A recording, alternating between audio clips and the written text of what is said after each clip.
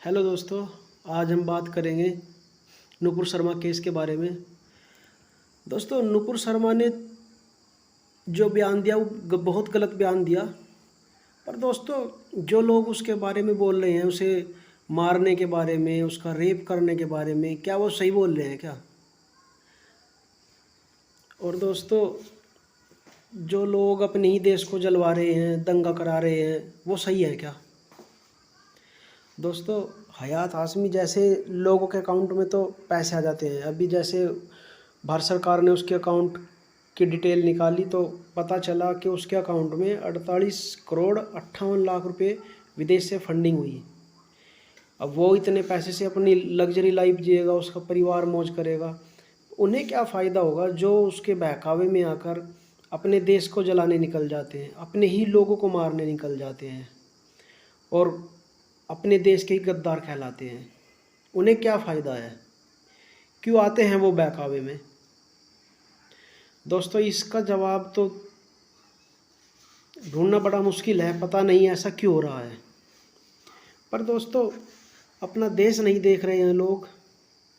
ऐसा क्यों है? बस ये हयात हाशमी हो गया, कुछ और नेता हो गए उनके, ओवैसी जैसे। या ओवैसी का भाई है वो, साला क्या नाम उसका, अब जो भी है,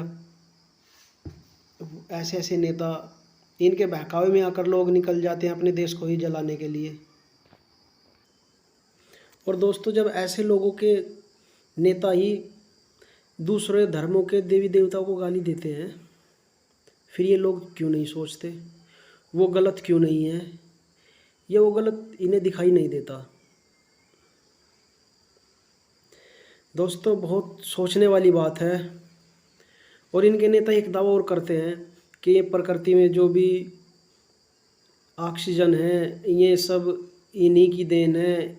इनका जो खुदा है वो ही प्रकृति को ऑक्सीजन दे रहा है, उसके बलबूते और कौम के लोग जिंदा हैं। वरना वो जिंदा नहीं रहते, वो मर जाते। जो भी उनका जीवन यापन करने की जो प्रक्रिया है वो सब सिर्फ उनका अल्लाह उन्हें देता है। उसमें से कुछ हिस्सा हम जैसे लोगों को मिल जाता है। दोस्तों, 1400 साल पहले क्या ये प्रकृति नहीं चल रही थी? जो ये करोड़ों साल से चलती आ रही है ये दुनिया, इसमें जीव जंतु, क्या ये 1400 साल पहले बिना ऑक्सीजन के या बिना प्रकृति में जो भी सुविधाएं उसके बिना चल रही थी? क्या सूरज चंदा तब नहीं थे? दोस्तों, ऐसी ऐसी मानसिकता के लोग इस देश को बर्बाद कर रहे हैं। इनके बहकावे में मत आओ। हिंदू मुस्लिम हमेशा से भाई थे और भाई रहेंगे, और आपस में एक दूसरे के साथ मिलकर ही तुम लोगों का गुजारा होगा। इस नफ़रत में कुछ नहीं रखा। मेरी तो दोस्तों आपसे यही विनती है कि भाईचारा बनाए रखे और ऐसे ऐसे गद्दारों के बहकावे में मत आए जो दूसरे देशों से फंड लेकर तुम्हें मरने के लिए छोड़ देता है सड़कों पर। और तुम्हें तुम्हारा माइंड ऐसा सेट कर देता है तुम्हें कुछ नहीं दिखाई देता। बस जैसे उसने माइंड सेट कर दिया, सिर्फ तुम्हारे लिए वो उसका हुक्म ही सब कुछ हो जाता है। उसका हुक्म क्या अल्लाह का हुक्म बना देता है वो अपने हुक्म को।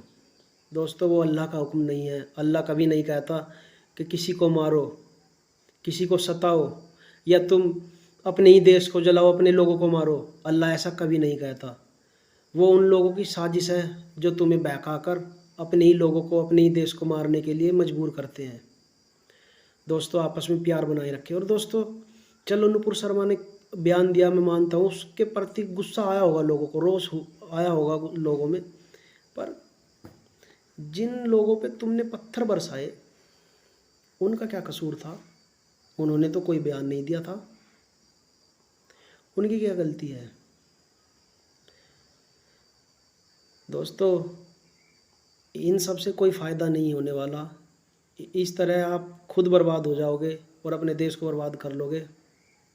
आपस में प्यार बनाए रखें, इससे अच्छी बात कोई दूसरी नहीं हो सकती। वरना नफ़रत से इंसान खुद ही जल जाता है। जिसे तुम अपने नेता मानते हो ना, वो ही तुम्हारे सबसे बड़े गद्दार हैं, तुम्हारे सबसे बड़े दुश्मन हैं।